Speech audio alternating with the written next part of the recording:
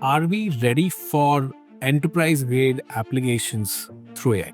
I don't think so. Certain jobs to be done, use cases internally within large organizations, you could probably kind of build some things, but, large scale systems of record kind of, powered by AI, I don't think we're going to see that shift much anytime soon. I think there's definitely use cases for building apps internally, but where the system of record applications are concerned, I think definitely they'll be around for a lot longer, for sure.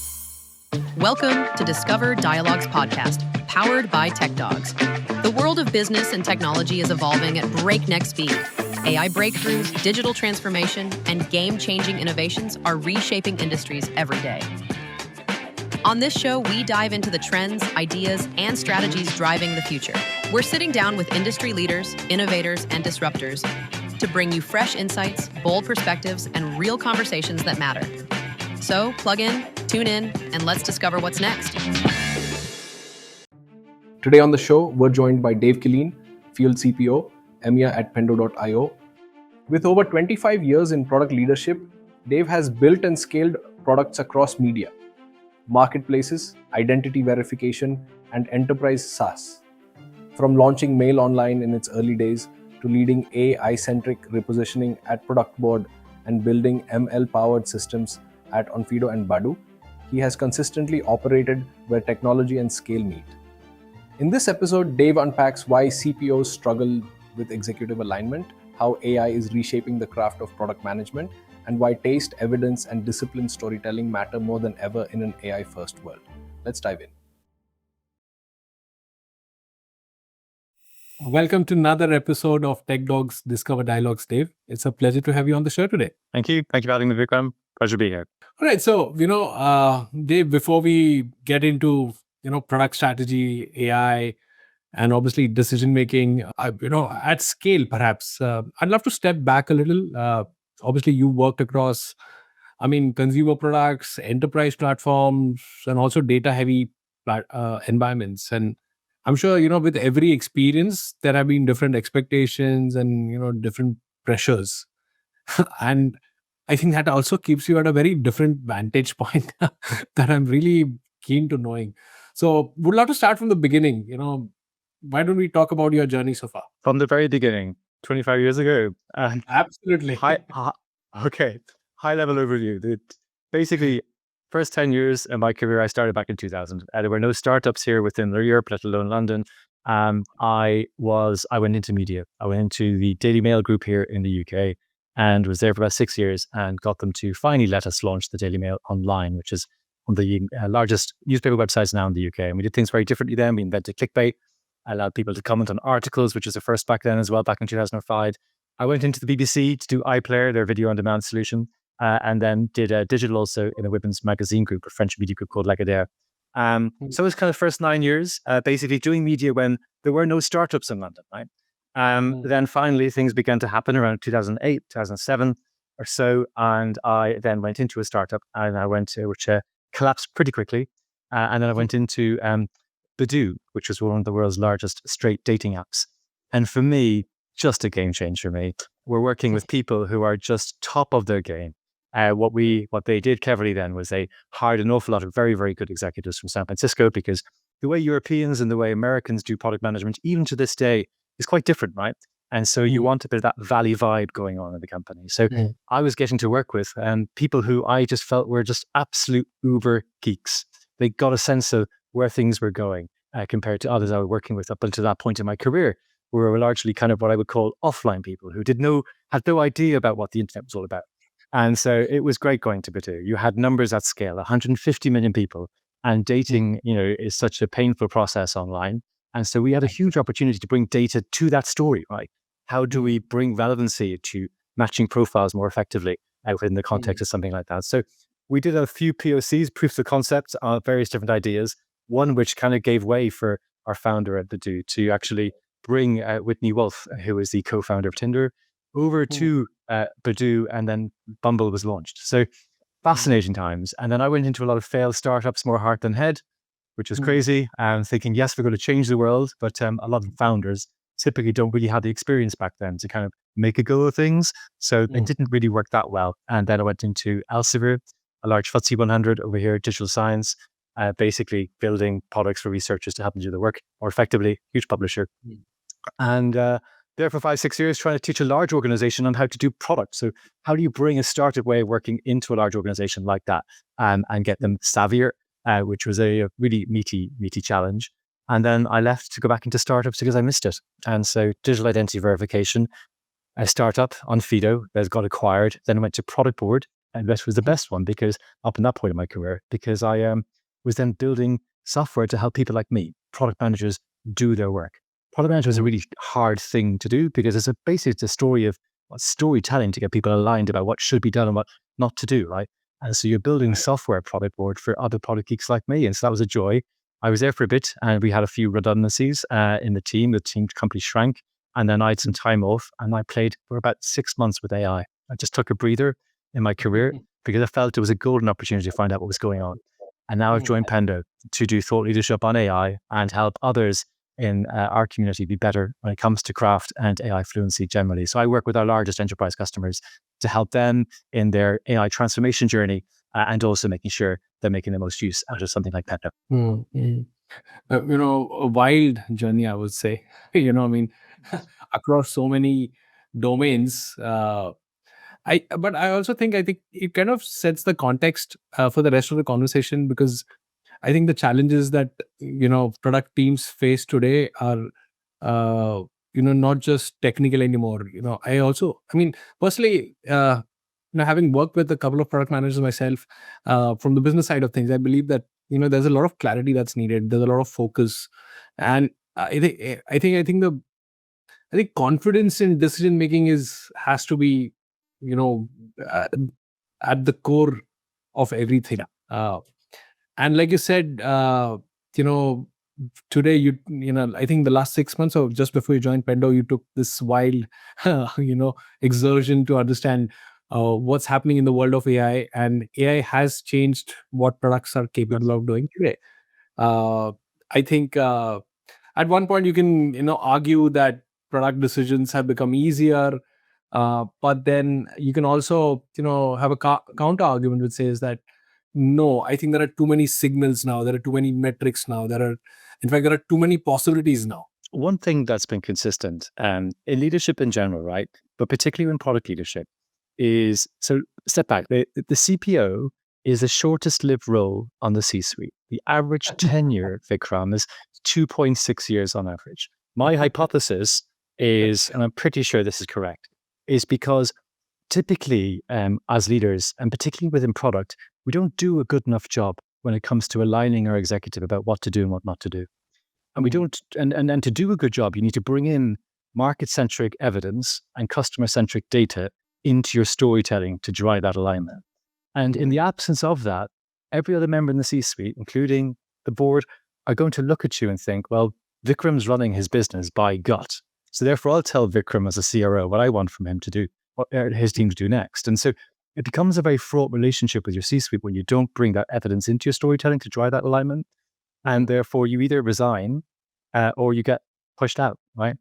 And so I think really you have to make sure, no matter what level you're at, is you're bringing that evidence, market-centric evidence, the customer-centric data into your storytelling to drive faith from your exec, from your wider org in what we're doing and what we're not going to do. And it's amazing how many people just don't do that, right?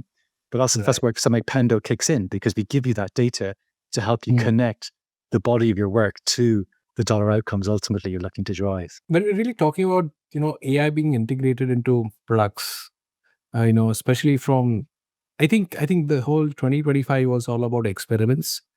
2024 also, for that matter. I think 2026, it's almost like AI is coming of age, or has to come of age.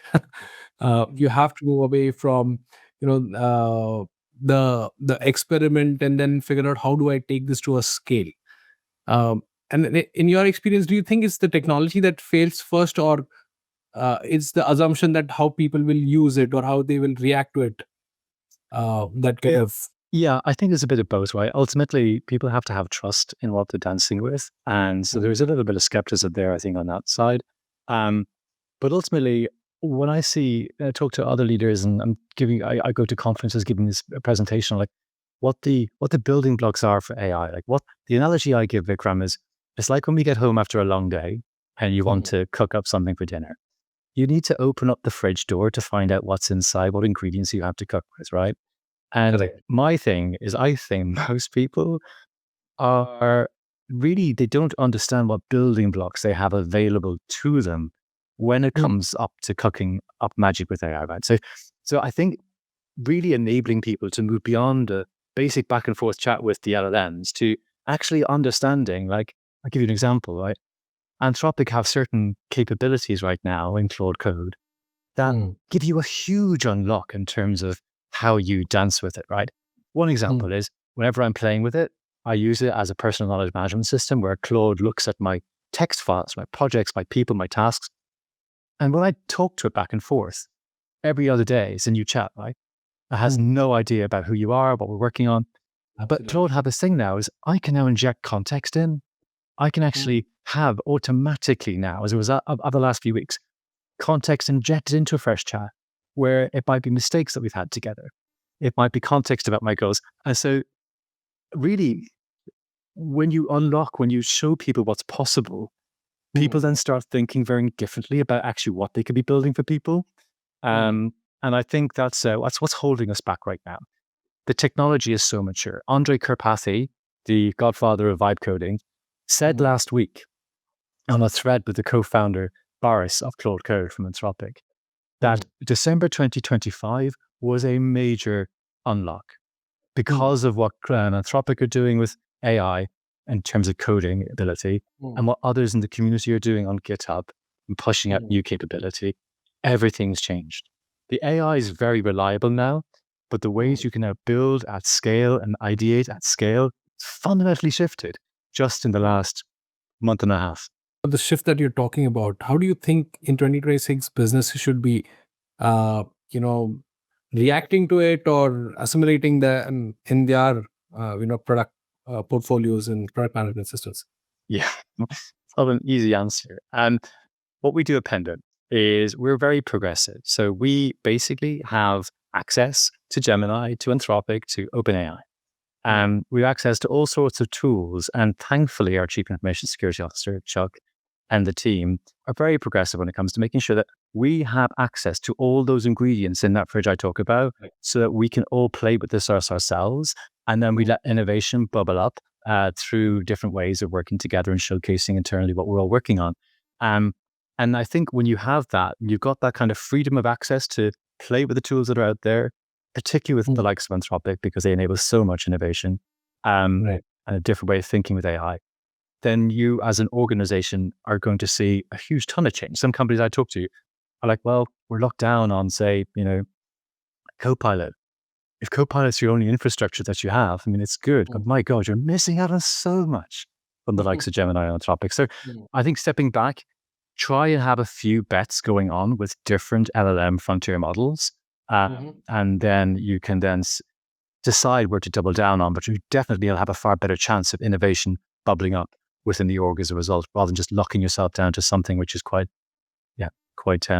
plain and not that effective. In a world where, you have so many fast growing products, right? So you talked about Claude, you talked about OpenAI, you have Gemini, as a product leader, how do you decide, which is the one that I need to trust, even before, I start implementing it or using it? No. This goes back to what I just said a second ago, is I think you need to let teams have access to as much as you can realistically. If you can be in a situation where you can give them access to Gemini, to Anthropic, and let them play with it and see what bubbles up, right? Codex from OpenAI is brilliant at thinking.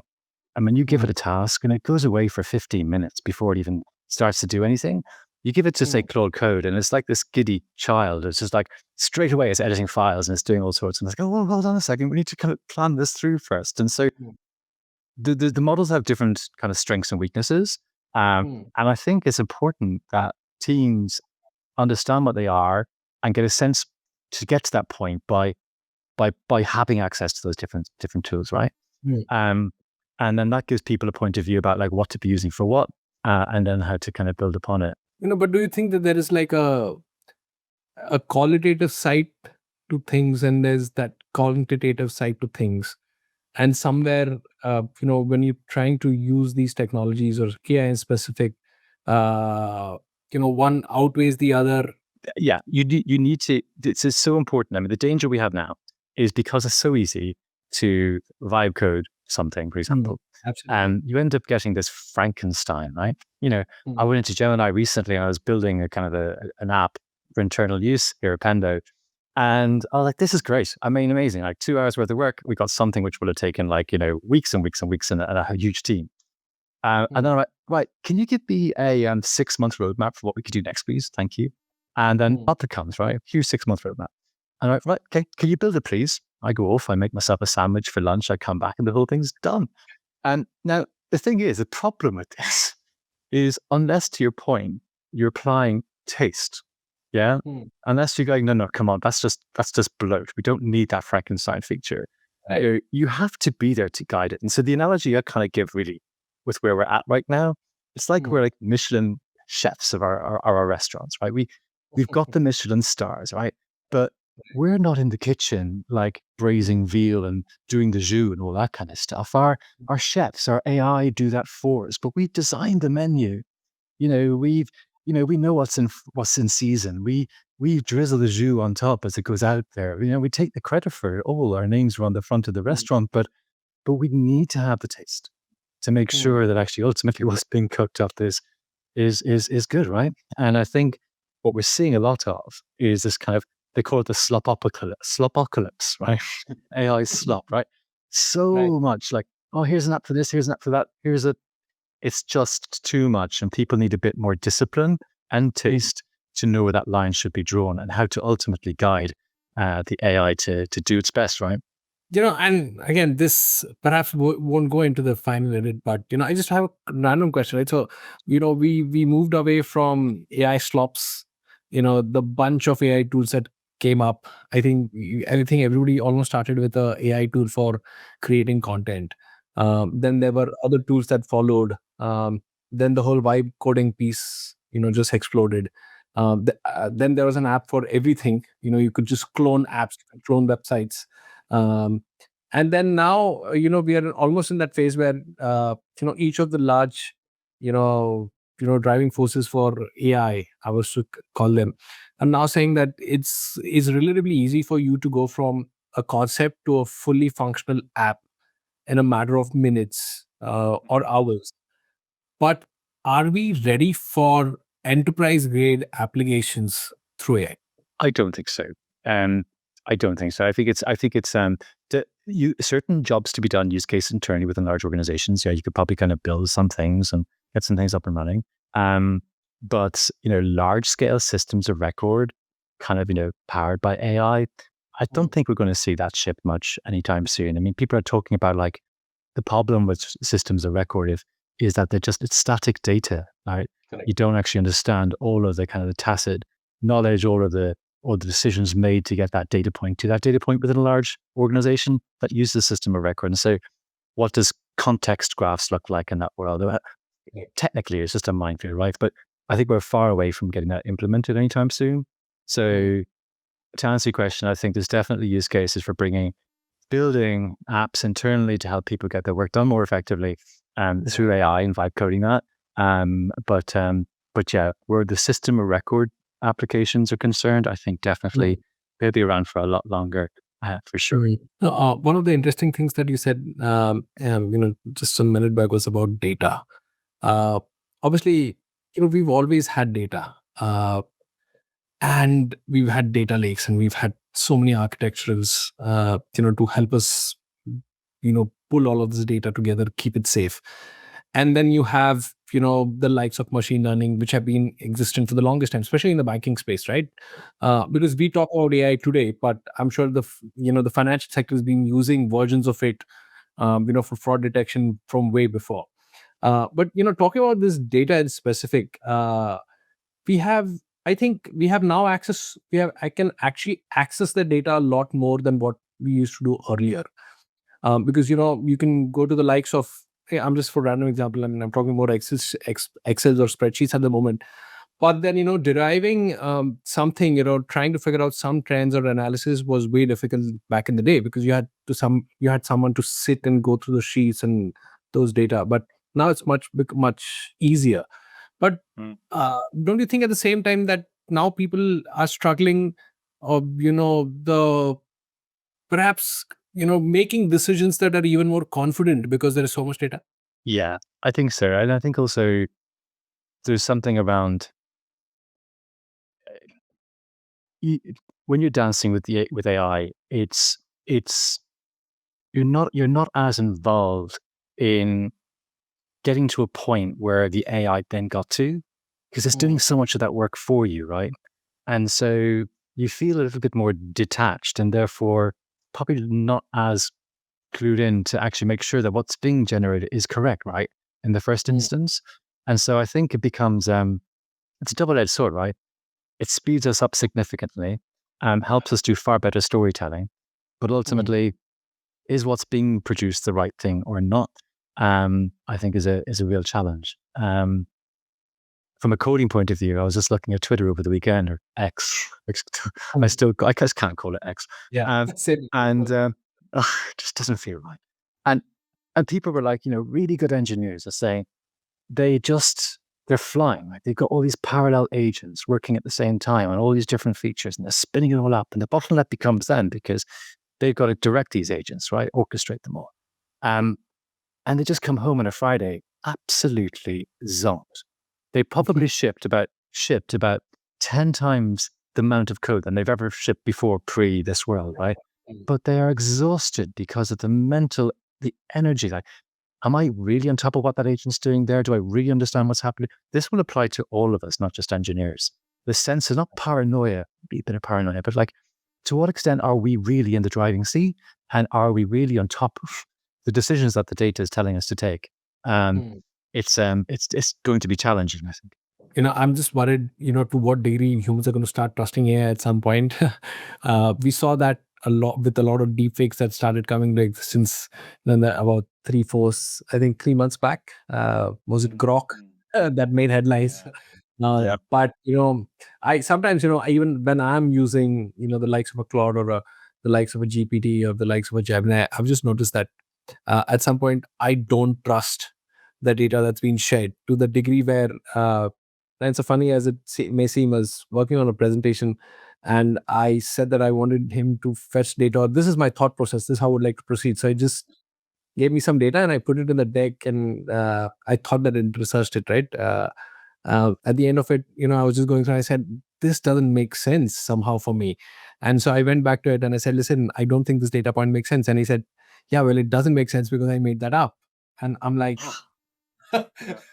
Yeah. and Oh, I'll give you a laugh. So I built. I'm a big fan of KPI driver trees, and I just think it's the DNA dollar logic of your organization, how you make money, and how the product kind of pushes on those metrics to get you business outcomes. And so I wanted to build a KPI driver tree tool internally for our use internally at Pendo. I vibe coded the whole thing, and but I added a feature called the red team analysis button, because to your point, it constantly comes up and goes, right, okay, I've done some research on this company. This is what we think the KPI driver tree is. This is what we think the North Star metric is. And then you press the red team analysis button, and it goes, you bloody idiot. What do you mean that's a North Star? That's not a North Star metric. That's completely ambiguous. And I kid you not. And then you just go through in the UI and you go, yeah, I agree. I was stupid. I made the wrong mistake. I'm so sorry. It was the AI that made the mistake. But like, the AI, to your point, comes in with such confidence, and they're going, "Oh yes," and then you challenge it, and it goes, "Oh no, don't trust that." So it's just it's almost, in many ways it's human, right? Because you probably come across individuals sometimes, who are for whatever reasons confident about what they have researched, and what they think. They've applied the logics and thought process and come up with some sort of thought process, and when you question it, they're like, oh, maybe I missed that, maybe you shouldn't consider. But not so AI after all, maybe. maybe it's just being too human, huh? But yeah, it's always, again, goes back to that taste, right? That experience that we all have. You just need to always make sure that just do not be lazy. Do not just go accept. It's really making sure that, you can see where there might be gaps. And it's always good, I think, if there's a good piece of work you're doing with the AI, always just say, can you red team this please for me? Can you just go back and just, pull yourself apart? And it's just, really interesting when they do that, right? Because it comes in with fresh eyes. Or if you're in one, we'll throw a different model at the work and throw, Codex 5.2 at it, and see. It's always interesting to get perspective. Yeah, absolutely. And Dave, you've done this for what, like you said, 25 odd years now, and you've built teams. As a product leader, do you think, in the next 5 years, it's going to be even more difficult to create environments, where teams feel empowered to do their best work, given the context of AI? Yeah, I think stepping back, what's going to definitely change is the system of work itself will change. People look at AI and go, oh, God, it's going to make us more efficient. It's going to kind of save some costs. It's going to make us faster. It will do all of that. But what people are missing is actually the whole system of work itself will be reconfigured. Each role is a collection of tasks or jobs to be done that we have to do. And some of those will go to AI and some won't. But it doesn't mean the role remains, right? I think a lot of roles will change. And I think therefore, to your question, a lot of people will struggle with that change, right? What does it mean for where I should be playing as a product leader or just as a leader, right? What does an org change? The shape of an org look like? Do you have these different roles that we have today in that new world? So that's going to create so much uncertainty and unease, but which is why everyone just needs to lean in, right? And just see how they can, dance with the AI in a different way and an effective way to ultimately produce value and that customers want, right? So it's great, right? Because you got people now in engineering roles, you got people in other roles that now have far more access through agency to have far more impact ultimately on what customers want. So I think it's very exciting, but it's going to be bloody chaotic, over the next year. And we're already starting to see signs of it, right? So yeah, I think a lot will be changing. And as a leader, how would you, address that? What are some of the behaviors that you would love to build in your teams or in yourself? Yeah. You recommend that leaders do that? I think ultimately, as a leader, I would look back in a role. Say I was going into, a role I did 3-4 years ago today. I wouldn't be looking at my product team. I would be looking at the entire company as people that I can try and influence to ultimately build value for our customers. And so the storytelling has to be around, back to the opening gambit, customer-centric data, market-centric evidence, and really bringing those two together. So everyone in the company, regardless of the roles that they're in, understand where our opportunity is as an organization to build value for our customers in a differentiated way that creates a moat for our business, right?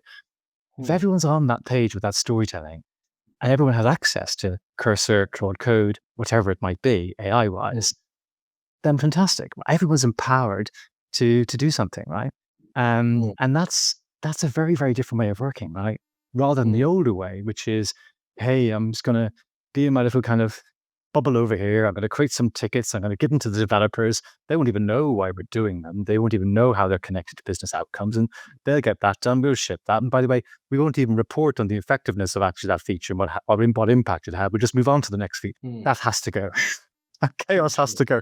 So it's going to be brilliant. It's going to be fantastic. All right. So Dave, we've covered some deep ground. Now let's lighten up things a little. Cool. Would love to get to know the person behind the product leader. So, behind the designation that you hold today, I'm sure there's a guy who's witty, spontaneous, quick to respond to things perhaps. And that's what we would love to know. So coming up next is our rapid fire round. Spontaneous answers only. Whatever comes first to your mind, let me know when you're ready and we'll go for it. Go for it. A daily habit that you rarely skip. My daily plan. Something that reliably helps you reset mentally every day. Classic FM. It's a radio station here in the UK. Classical music. Yes, I was in the UK for a couple of years. You wouldn't believe me, but I have my master's in bioinformatics. And Cool. I studied in the University of Manchester. And at some point, when we didn't have AI, we used to do regex matching for DNA codes. But yeah, that was some fun. And all right, so a place where you feel the most like yourself. Sailing. Oh, nice. A personal rule that you try to live by. Personal fair. Okay. One thing you intentionally make time for more these days. Intentionally meditation. A recent experience that changed that changed the way you see things. Oh my lord. Being unemployed last year. Like I say, I was taking a while to find a role, and that then obviously got me into AI, and hence I'm on this podcast with you. Nice. Something that you're currently curious about. Personal knowledge management systems with AI applied on top. Yeah, I think AI can be like a Jarvis for us. So yeah, I think it's a massive space. Early bird or night owl? Early bird. Early bird. Last movie or series you watched? Oh my god. The Traitors here in the UK. Love it. Okay, haven't heard that name. I'm gonna look very that good. up. Your go-to comfort food after a long weekend? Oh, dim sum, 100%. Oh, same here. Yeah. I mean, we have versions of it here, but dim sum is fine. The best piece of advice you ever received from someone? Oh, be honest. Tell people how you feel. Don't hold back, and just be honest. One weekend ritual that resets your mind. Oh, a good gin and tonic on a Friday. Well, the weekend just passed. We'll have to wait another 5 days to get to it, but we shall. Great. All right. So, Dave, it's been a real pleasure having you with us today. Thank you so much for joining us. Really appreciate it. Any parting words? No, just thank you for having me on here, and subscribe to me on LinkedIn, and I've got a podcast coming out which basically teaches people how to use AI. So that's called the Vibe PM podcast, and look up Pendo. Most people struggle with software. Pendo sits on top of your software to help people get more out of their investments. When it comes to software, you build internally for your customers, you buy off the shelf internally for your employees, or externally for your customers as well. Great. Once again, thank you so much, Dave, for joining us. Really appreciate it. Thanks for tuning in. If you enjoyed this episode, subscribe on YouTube, Instagram, or your favorite podcast app. Catch past episodes and more at techdogs.com. See you next time.